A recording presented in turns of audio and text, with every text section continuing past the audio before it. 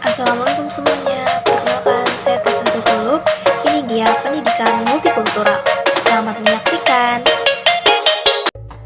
Indonesia adalah negara yang mempunyai banyak suku, ras, agama, budaya, serta adat istiadat. Keberagaman ini menjadi identitas bangsa Indonesia yang telah dikenal di mata dunia. Akan tetapi, keberagaman ini juga menjadi sebuah tantangan bagi bangsa Indonesia, seperti maraknya isu intoleransi, diskriminasi, dan disintegrasi. Oleh karena itu, kita sebagai warga negara Indonesia harus bisa menjaga keberagaman yang kita miliki. Bisa dengan cara mengenal adat istiadat budaya di setiap daerah Indonesia lewat media sosial atau e-paper dari media Indonesia. Menghargai perbedaan yang ada, serta tetap melestarikan adat istiadat di daerah kita. Dengan mengenal, menghargai, dan melestarikan berbagai keberagaman yang ada, kita bisa mencegah terjadi perpecahan dan tetap meneguhkan kebangsaan sebagai warga negara Indonesia. Indonesia adalah negara kepulauan yang memiliki keberagaman budaya, ras, suku bangsa, kepercayaan, agama, dan bahasa. Sesuai semboyan Bhinneka Tunggal Ika, maka meskipun memiliki keberagaman budaya, Indonesia tetap satu. Keberagaman yang ada di Indonesia adalah kekayaan dan keindahan bangsa Indonesia.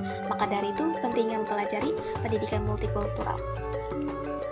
Pendidikan multikultural adalah usaha sadar untuk mengembangkan kepribadian di dalam dan di luar sekolah, yang mempelajari tentang berbagai macam status sosial, ras, suku, agama, agar tercipta kepribadian yang cerdas dalam menghadapi masalah-masalah keberagaman budaya.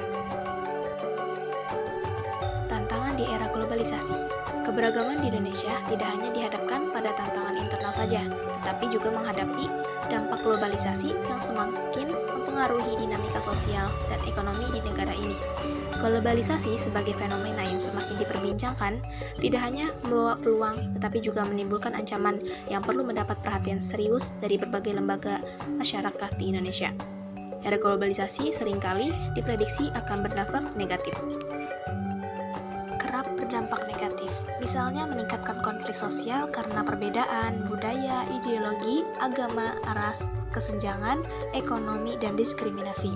Dengan timbulnya konflik yang terjadi, pendidikan multikulturalisme menawarkan alternatif melalui penerapan strategi dan pendidikan yang berbasis pada pemanfaatan keberagaman masyarakat. Hal ini terfokus pada siswa, seperti keragaman etnis, budaya, bahasa, agama. Pada globalisasi ini, kita bisa dengan mudahnya berinteraksi kepada masyarakat global semestinya memberikan ruang bebas atau peluang besar untuk berlomba-lomba dalam kebaikan. Multikulturalisme adalah sebagai paham yang berkembang untuk mengelola perbedaan dan kemajemukan di dalam kehidupan sosial. Prinsip-prinsip yang dikedepankan adalah kesamaan hak, toleransi, demokrasi, humanisme, dan pluralisme. Pendidikan berwawasan multikultural. Pentingnya multikulturalisme adalah untuk mengetahui dan memahami budaya di lingkungan orang atau kelompok, karena budaya sebagai cara melihat dunia atas pemikiran, emosi, dan perilaku yang terjadi. Disinilah pentingnya wawasan dan konsep multikulturalisme dalam pendidikan. Dalam konteks kehidupan yang multikultural, agama Islam memberikan petunjuk agar manusia saling mengenal dan menerima perbedaan. Turner, makna agama dapat dilihat dari dua perspektif, yakni perspektif reduksionis dan non-reduksionis.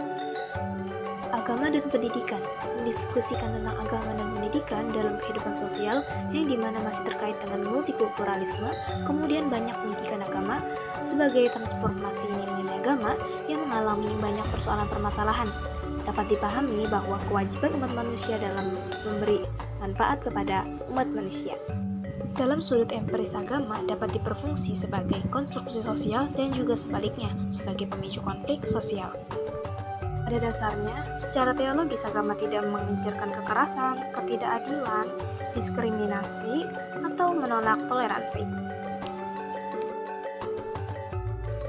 Pendidikan medium transformasi agama dan problematikanya. Yang satu ada tujuan teologis, membentuk manusia menjadi lebih sempurna selalu secara pribadi maupun sosial dalam hubungannya kepada manusia, alam, dan Tuhan.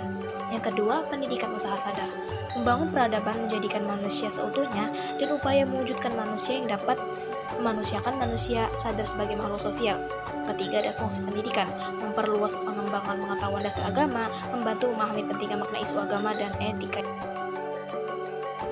Keberagaman berisi integral, seperti penjelasan Muslim Al-Qadir, merupakan gejala yang membentuk dari berbagai unsur, di mana satu dengan yang lainnya berkaitan untuk melahirkan satu kesatuan pengalaman, yakni pengalaman beragama dengan kata lain keberagamaan, yaitu ekspresi, lahirnya dalam bentuk perilaku maupun paham-pemahaman orang yang beragama Islam telah mengajarkan umatnya agar keberagaman dapat selaras dalam hubungannya.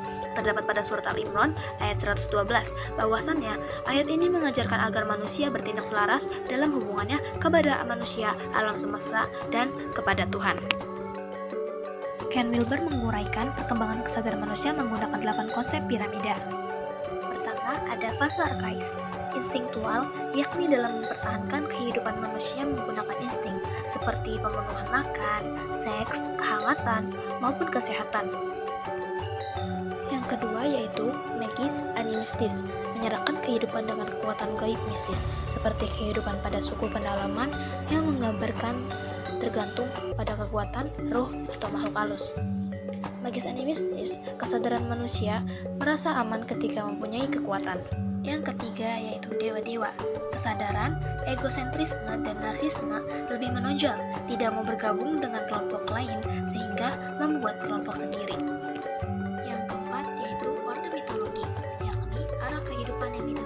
Pada aturan, sikap merasa dosa dan akan mendapat sanksi jika tidak sesuai dengan norma yang ada. Pada mitologi, kesadaran yang diatur, takut akan hukuman, dan hidupnya sangat takut. Yang kelima, kesadaran pengetahuan, melakukan sesuatu dengan menganalisis, di mana fase pembuktian secara ilmiah, rasional, dan empiris di segala dimensi kehidupan seperti yang terjadi pada abad pertengahan, abad yang selalu mengukur kebenaran dengan bukti ilmiah.